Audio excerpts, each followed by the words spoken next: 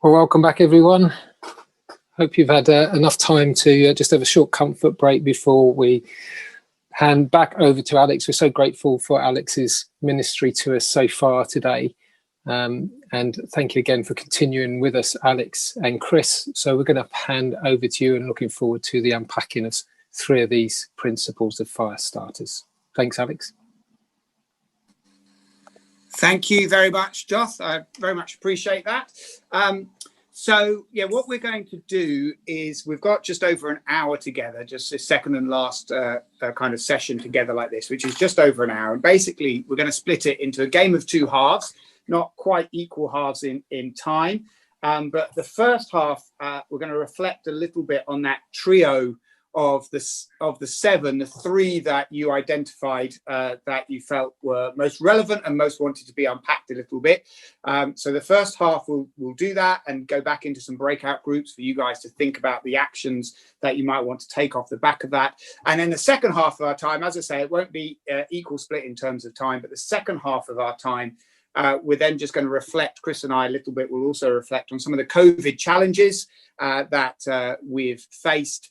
And then a chance right at the end just to pray together in a small group. So that's the 2 ways, the 2 sides of what we're going to be thinking about. And I'm going to draw some other people into the conversation. I've seen a number of questions that have come up as well. I've got the chat box open in front of me. So I really would appreciate you typing in interruptions and the like and questions, and I'll pick up for them. I'll see them right in front of me and pick up on them as we're going through as well. So let's get started on the 3 that have been identified. So the first one, top of the list, was they know what they're about and everyone is about it. Second came prayer, the prioritizing of leader-led prayer. And third came the need for evangelists to be put in key positions when it comes to making decisions and that sort of thing. So we're just going to spend a few moments, maybe 7 or 10 minutes, something like that, on each one of those and see if I can say something quite helpful. As I say, I'm used to conversations more than conferences. I'm used to the interaction of people just interrupting and just talking around things as opposed to just talking at you. So I'm finding this a little bit more difficult. So I do appreciate those of you who are sending messages through and kind of engaging in that way. Why don't I pause and just pray, and then we'll have a little look at this. Why don't you just take a moment and ask Jesus. We won't get this hour of our life ever back again. We won't get to live this hour ever again. So why don't you ask Jesus that it might be useful? Let me pray. Jesus, we want to number our days, as the psalm calls it. We want to redeem the time, as Paul writes at the end of Colossians 4. We want to reflect on these things, and the Lord will give us understanding, as it says in 2 Timothy 2:7. And so I just pause and ask for your Holy Spirit to wrap his words around ours, that there might be things of use that come out of this hour in our own lives and in the ministries that you've called us to. And so I ask that now in Jesus' name. Amen. Amen.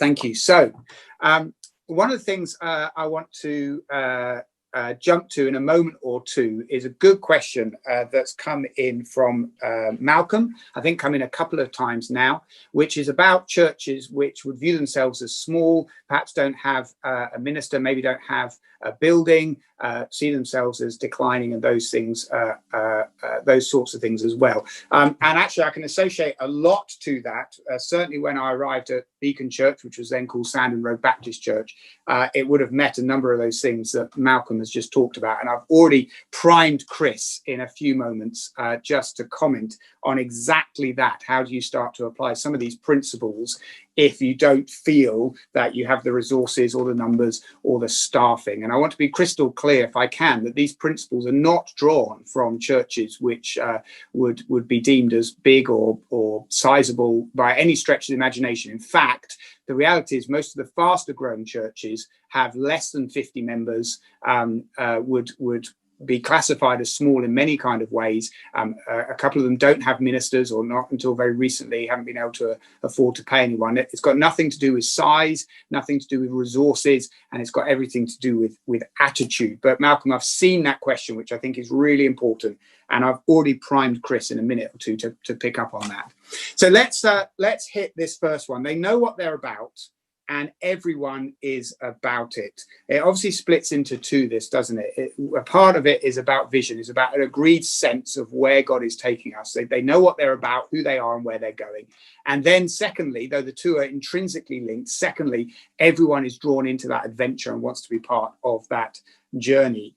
And I think the best way to think about this is perhaps in the sense of recognizing that you need to go slow first to be able to go fast. You need to, as a church, as either a leadership team, as a membership, as a church community, you need to spend the time that is required to create a sense of this is who we are, this is who we're about.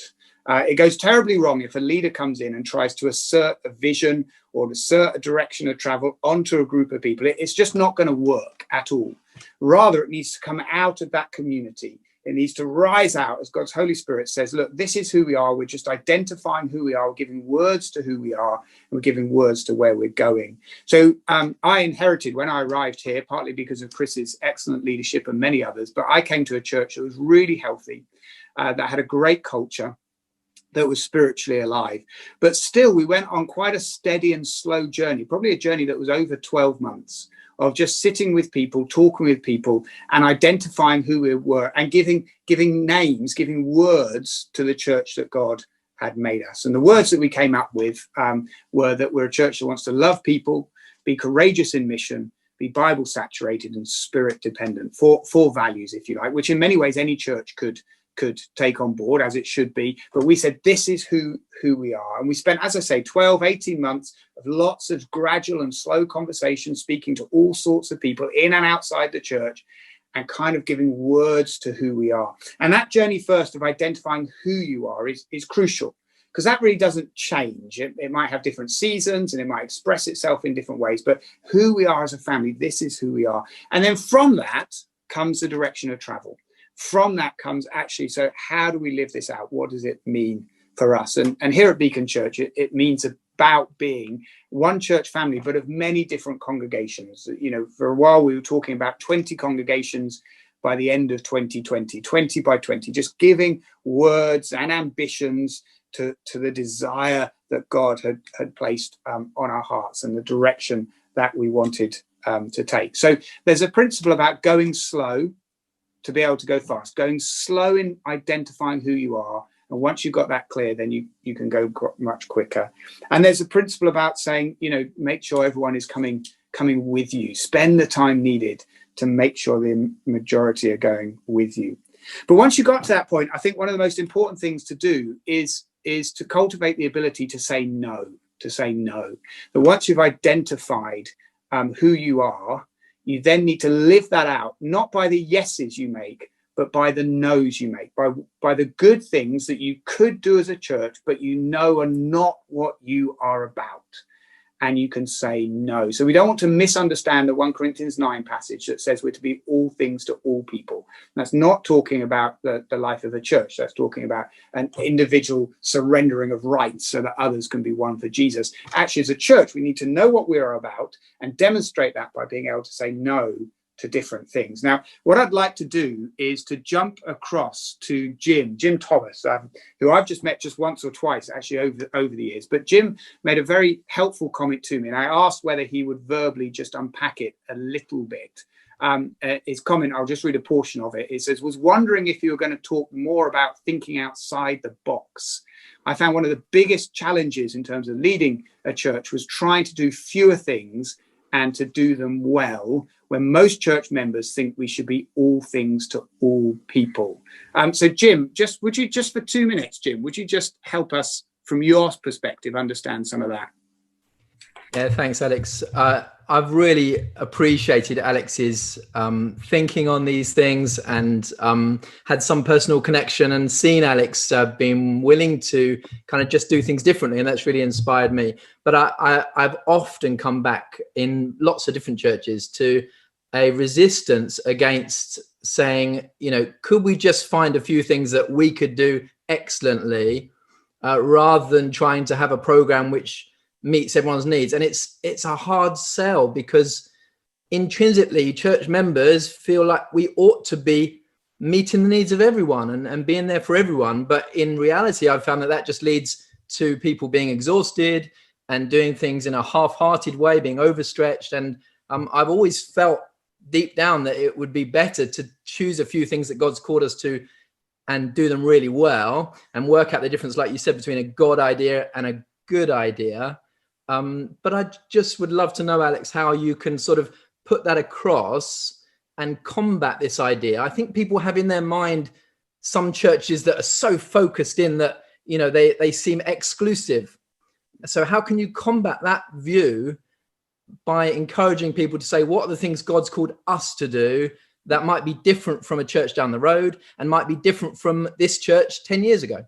Yeah, no, that's really helpful. I think that's really helpful, Jim. And I mean, a lot of things just ping into my mind, but probably right at the top is the need to cultivate really good relationships with the other churches in your town and to celebrate the other churches into town and cheer them on, and to do that in as many different ways as you can probably find, because then it releases you as a church just to be about a few things really well. Because as a church, you're saying, isn't it great that we're part of this wider family? Isn't it great that our sister churches over there, this kingdom work is being done?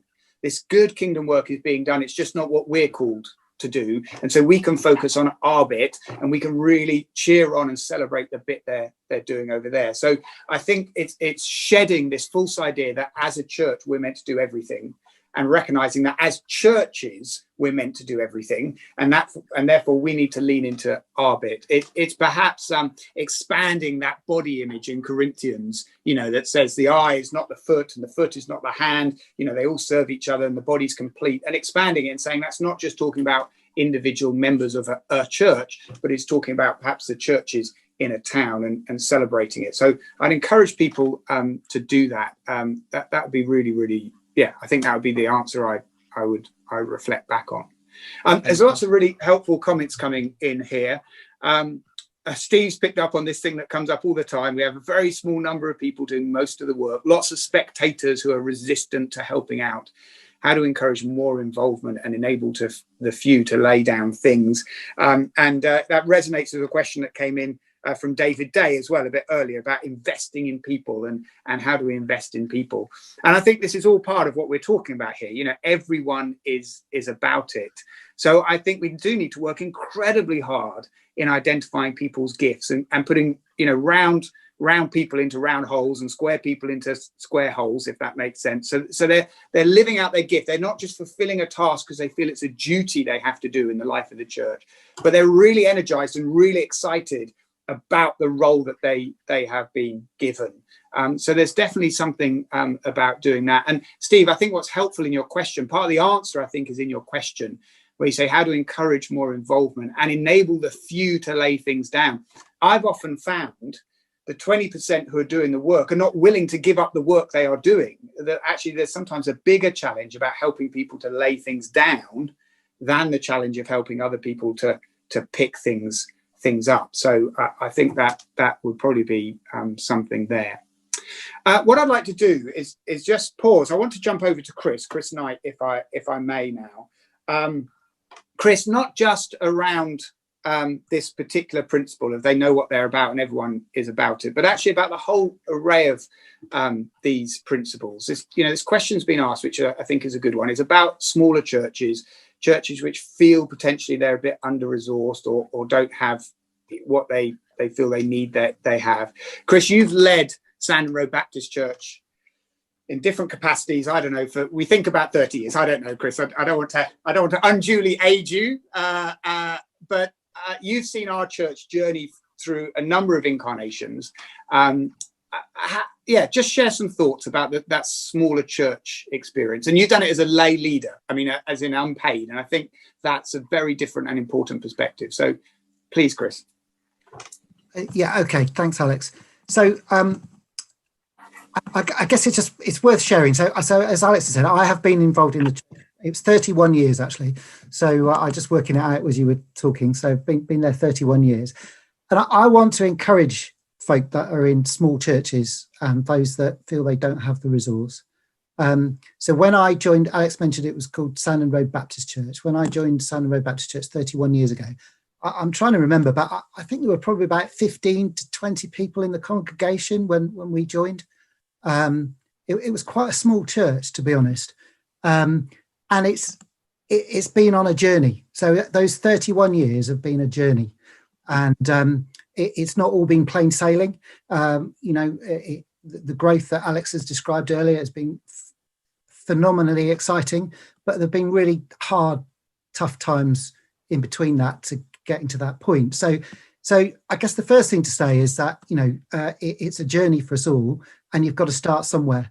So wherever you are, wherever God's called you, whatever place you're in, if God's called you there for a purpose, in that biblical sense, for just such a time as this, and God can use you from wherever you are.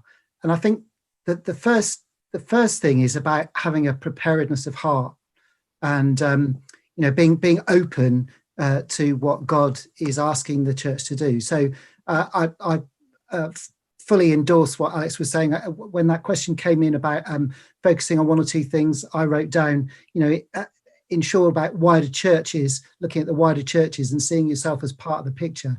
Some churches might be really great at doing young people's work.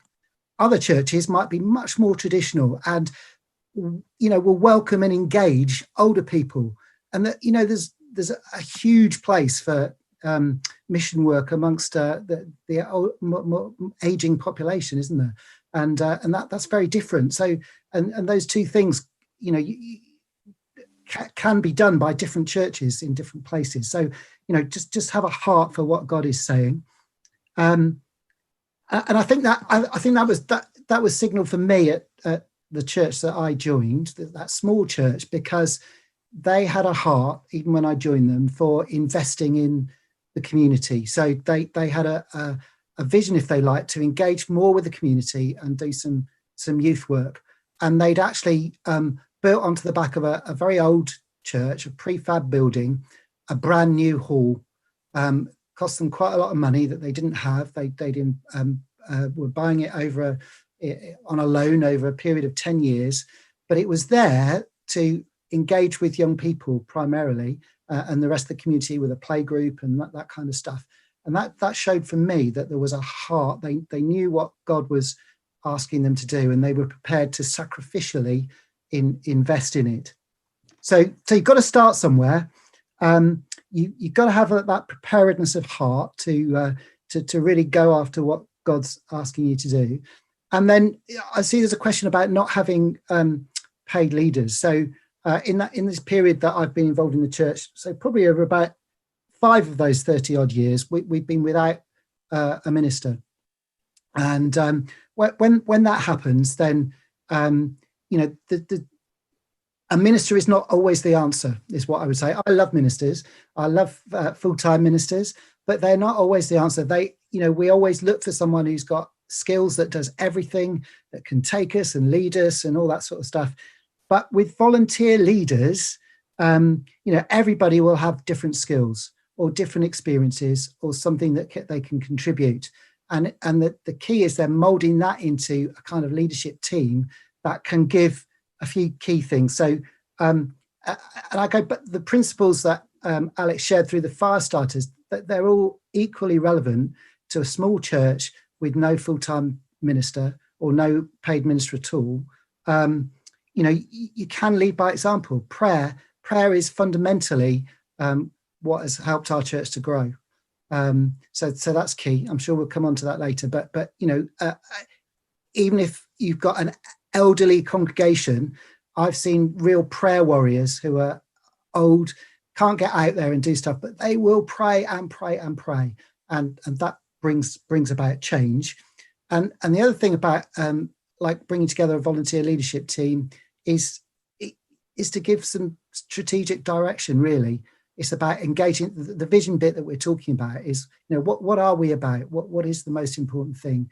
And you don't have to have a leader or a pastor to decide that. You can engage that and work with that with whoever you've got in the church. So that's just that's through engagement as well. I thoroughly agree with Alex as well about it's not so you're not waiting for someone to come in and impose a vision.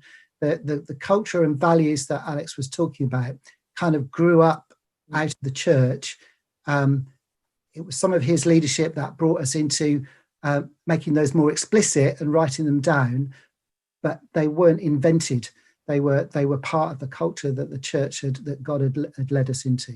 So I hope that's a few key thoughts that will help in terms of that. I'm happy to answer any questions. Oh, Chris, I think that's extraordinarily helpful. So, I mean, what I might encourage folk as well is you could private message Chris. I'm sure he would respond as well. Just type a private message to him and unpick that more. I would actually change Chris's wording ever so slightly. I would say the paid minister is rarely the answer. Actually, if you think a paid person is going to kind of parachute in, if you like, and make all the difference, it just won't work. It has to be team. One of the reasons I came to what was then called Sandon Road Baptist Church was because I was being invited to be a co-elder with others. I wasn't being invited to be a minister with deacons on some kind of different hierarchical level, but to work as a plurality of leadership. And I think that is really important. The minister is rarely the answer. The paid person is rarely the answer. I want to segue into prayer. As I say, the real limitation in terms of unpacking these properly. But the second one of the three that was identified was prayer, and the priority of prayer and how important that is. And Chris has just underlined that as well in terms of that prayer side of things. So I'm actually going to jump across to Nathan. Now, Nathan and Sally Ann, lots of you will know Nathan and Sally Ann over at Shinfield.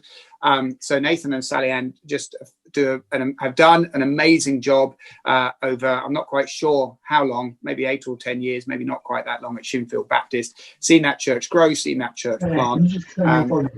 So Nathan, Sally Ann, I don't know which one of you sent me a really helpful reflection on Nathan and Sally Ann are part of the Fire Start Network. So I just wanted your comments on how the leaders' prayer, the church's prayer, how they link. And we'll just use, can you hear me there? Yeah, we certainly can. It's very good to see you both, by the way. Wonderful to see you both. Right, you're always an inspiration, Alex, and we've been inspired this morning. Lovely hearing Chris there as well. That situation of churches with no paid pastor, small number, and that's not dissimilar to here as well. We're a small number. I think there's 35 adults each Sunday. Sally Ann thinks there's 50, so you can choose somewhere between that. Just about prayer, I think one of the things we can miss easily listening to that is what Alex is emphasizing in those growing churches. It's leader-led prayer. We love everyone to pray, don't we? But what about us? Jesus led the way in praying 40 days, would pray regularly, intentionally. Moses also led the way in praying. And a friend of mine, I pray every week with 2 other pastors. That's a priority for us. He, starting at his new church, felt called to pray during the night, and he phoned up one person after another to get him to pray with him. And they all said no. And eventually he realized that God was calling him to pray through the night. Now, we're not pagans, and Alex isn't saying this. There's no deal here. Pagans say, well, if I pray for an hour for a week, God will do a lot. If I pray for 2 hours a week, God will do even more. If I pray for a day, whoa, he'll help my church grow. That is not what prayer is about. Prayer is about uncovering God's purposes. And so as leaders, we want to be the leaders in uncovering God's purposes. We're the lead shepherd, so where we go, the sheep generally will follow. So Alex has just asked to share what we do. We would spend a Monday morning, both of us, praying together, worshipping. We do have a coffee break in the middle of that, and that's grown over time. We were both commit pretty much to fasting 1 day a week. I believe leaders of churches should fast. We don't talk much about that, but that's pretty common in the Bible. We might do that depending on the week. It might be a whole day. It might be a couple of meals we miss, but we do try and keep to that. I would pray weekly with another couple of pastors. And we have a monthly prayer meeting, which we started with our great, great brothers and sisters in the Anglican Church. We love doing that. That's such a highlight. And I can't get up at 5 a.m. to pray. I wish I could. And seriously, I've tried that for long periods of time. But I'm not joking here. I fall asleep during the day if I do that. When I was a head teacher, I've fallen asleep in meetings. So you have to go with your body a little bit. And God's given me the body I have. He knows what I can and can't do. So I have to go with that a little bit and pray with that. So we're not doing a deal with God. He's not doing an equation. Let's just get out of that game. But what we're trying to say as leaders is we want to enjoy God, to be close to him. In Acts 6, the apostles say we're going to hand over the administration of the church so we can concentrate on the prayer and the word. How often do we as pastors, brothers and sisters, if we're honest, say we're going to hand over prayer and worship so we can concentrate on the administration of the church? So let's lead in prayer. Let's start small. You know, maybe we don't schedule prayer at all. Let's start with an hour a week. We've never fasted, but let's just miss tea and coffee for a week or a day or something. Let's build up these things. And we know, both Sally Ann and I are just painfully aware that compared to, say, some of our brothers and sisters, particularly in maybe, say, parts of Africa, South America, you know, our commitment to prayer as leaders is just not like theirs. But God's gracious. Start where you are, bloom where you're planted. Alex, is that helpful? No, that's incredibly helpful, Nathan. Sally Ann, I think that's really, really helpful. You can see the power behind the throne in that image of Nathan and Sally Ann as well. But that is really, really helpful. And I think, you know, prayer is something that as leaders, and I really make no distinction about whether you happen to be paid or not paid. Like, there is no distinction in that. You say leaders is someone God has called. So Chris is as much God's appointed leader and servant with our other elders as I am of this church, if not more so, actually, with the proven track record and the history that Chris has. So when I say leaders, there's no distinction there, but prayer is very much something that we can control and prioritize. It means we're going to have to say no to some important and good things. It means we're going to have to get some of the trellis and organizational stuff. We're going to have to let perhaps drop and not happen in the way that it could. And we've got to kind of focus in on that prayer. That is where the battle is won. Just before we move on to the evangelist comment, can I just again pull us into a lay-by? So we're leaving behind the prayer for just a second. I just want to pull us into a lay-by and make two comments, actually. One, you'll see on the chat, Joth has put a really helpful quote from the now late Rabbi Sachs. He passed away just a couple of days ago, didn't he? But he says, all great change is the work of more than one generation, and none of us will live to see the fruit of our endeavors.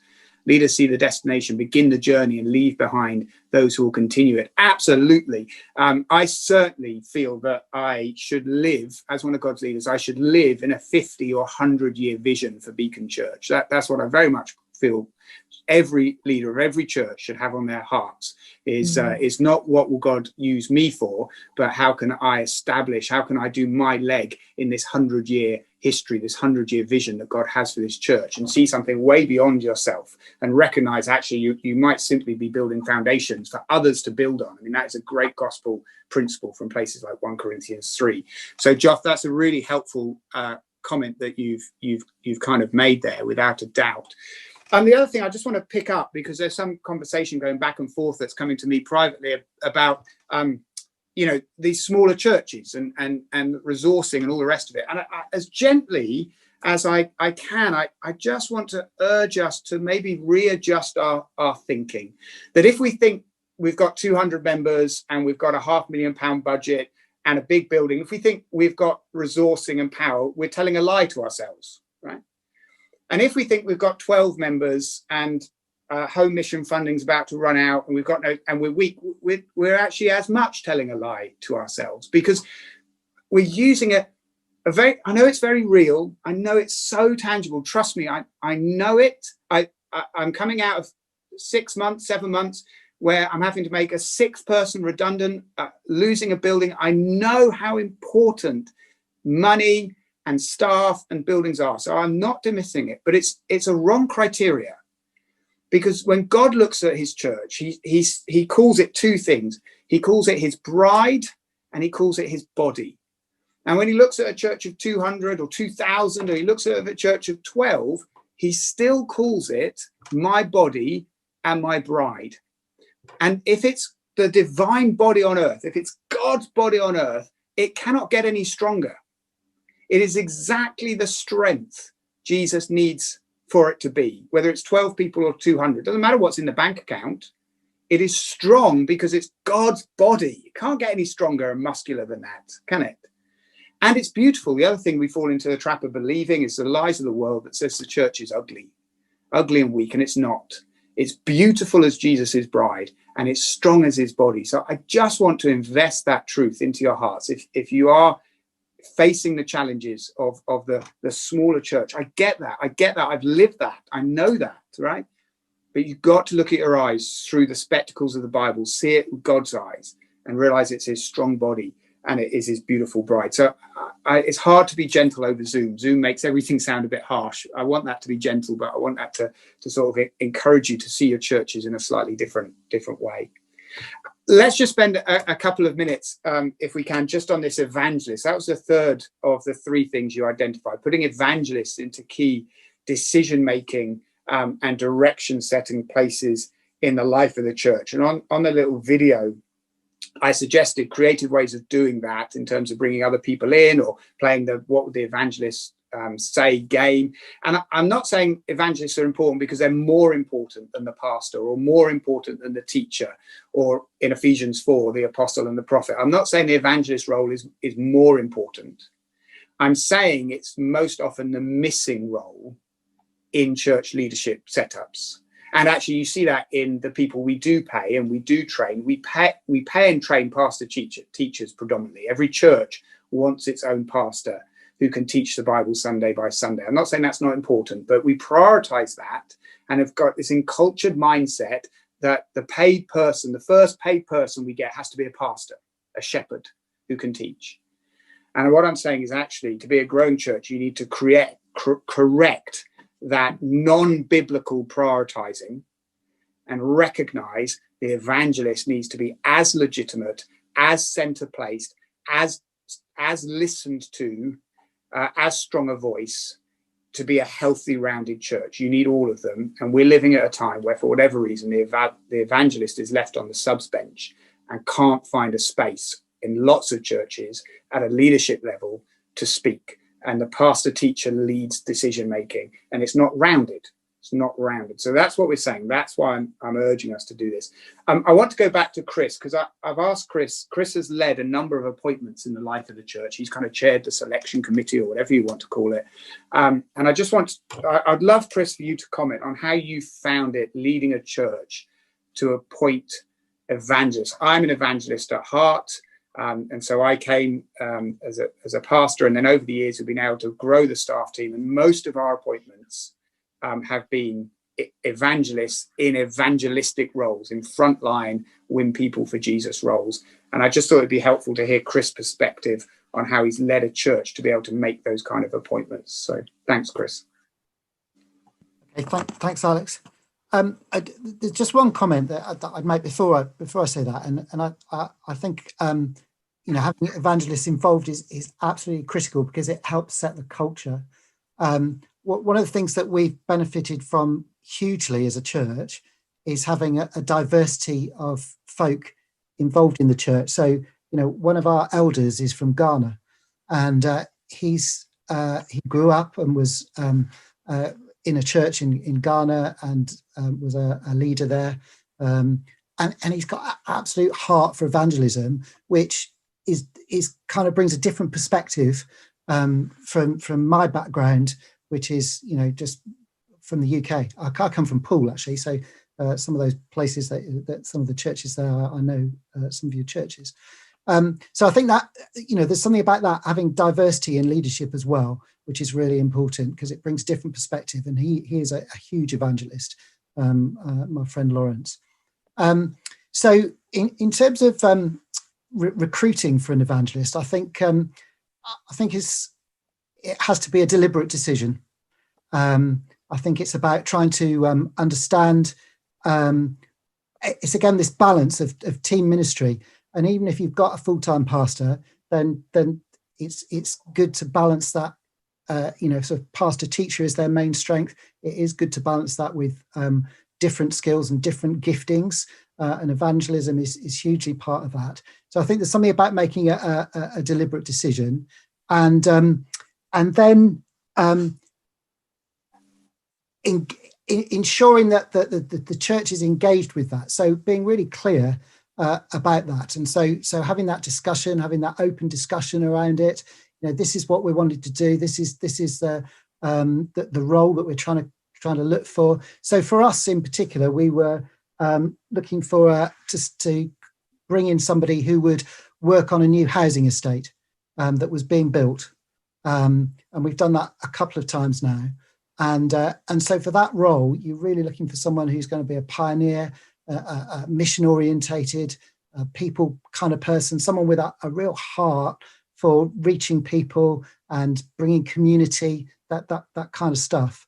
And so that's about being really clear with what you're looking for and engaging across the church with that.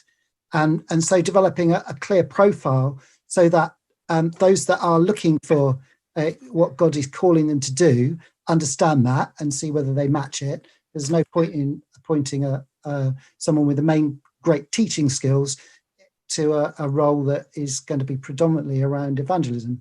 So it's about being clear within your organisation, within your church, what you're looking for, and for those that are looking to understand God's calling, what it is. So that's being really clear. And the next thing is about just casting your net wide, really. I, as Alex says, I've been involved with the recruitment process of a number of full-time or part-time ministers. The settlement process that the BU's got, Baptists Together have got, is great. It works, but it's not the only way. And particularly for evangelism, as Alex said, we tend to train pastors and teachers, so that it's about looking outside of the box, really. So we did bring in someone, and Kevin Mills, who's now joined your association. He's an evangelist at heart, and he came through that settlement process. But the second person that's been called into our church is a nurse by background and has been a missionary, and not a trained pastor at all. So it's about casting your net wide, looking at who is the right person to come. It might be an individual, might be a couple, might be someone. It's not a profile in terms of what they look like, but it's what best fits what God is calling you to do. And I think that the real danger, my real danger, is that when you're calling someone to a church, you're often, people are looking for someone who's going to be that thing that was said earlier, all things to all people, and no one can be that, which is why the importance of team ministry is. But so it's important, if you're trying to bring in someone who's an evangelist, to look for those skills. And if they're not a great teacher, then does that matter if you've got someone else in the church who can teach? So that's just an example, just a few thoughts. No, super helpful, Chris. Really, really helpful. And I speak on Chris' behalf. I know Chris would be delighted to take a phone call or have a Zoom chat with a church, with a leadership team who just wants to talk about that process of journeying a church to a point where they could imagine a more creative appointment than the traditional pastor teacher. I actually firmly believe when churches naturally evolve to a point where they need to appoint someone, the culture we live in right now with a tiny percentage of people engaged with church, if a church can afford to pay someone, the very first person they should pay is an evangelist, without doubt. And we need to start sowing that corrective in as churches naturally get to a point of new appointments, of helping church meetings, church memberships evolve in their thinking to a point of saying, actually, we're not going to appoint a predominantly internal facing person. We're going to courageously recognize we can look after ourselves, and actually we need to release someone to go and win people who aren't being won and appoint evangelists. And I love some of the thinking. It's a little bit slow maybe, but I love some of the thinking within our Baptist family of reimagining some of the processes and the recruitment and the training to try and release evangelists as best they possibly can. I'm going to pause there. I'm just trying to manage our time well and, try and create something of a conversational sharing of knowledge sort of experience. I really do recognize that there is a huge breadth of churches in this forum, in this conversation. I recognize some of you without doubt are feeling that you're in a church that is not healthy, feels weak, feels ugly, that your job is to nurse and rejuvenate and slowly journey that church to health. And I get that. And I still think lots of these principles are helpful, but I understand I understand that space, I totally understand that space, and others, all over that kind of spectrum. So what I want to invite us to do, if Chris or Joth could do this, is put us back into those breakout rooms, and let's have a good bit of time. Maybe we could have those groups come back together at 12:40. So that's a good bit of time. So through till 12:40, let's go into those groups. But there's a very particular question I'd like you to consider, which is what action from this discussion could you take into your next week or your next month? So don't focus now on what you can't do. Don't focus now on what you don't agree with, loads you won't agree with. Don't focus anywhere on those spaces, but focus on actually what can you do off the back of these discussions, of those thoughts. What can you do in the next week or in the next month? What would God call you to do in next week or next month? So let's drop into those breakout groups till 12:40. And then I'm just going to take 1 or 2 minutes once we're back together, about 15, to think about the COVID challenges. So into those groups, I think that question will appear to remind you of it. So here we go.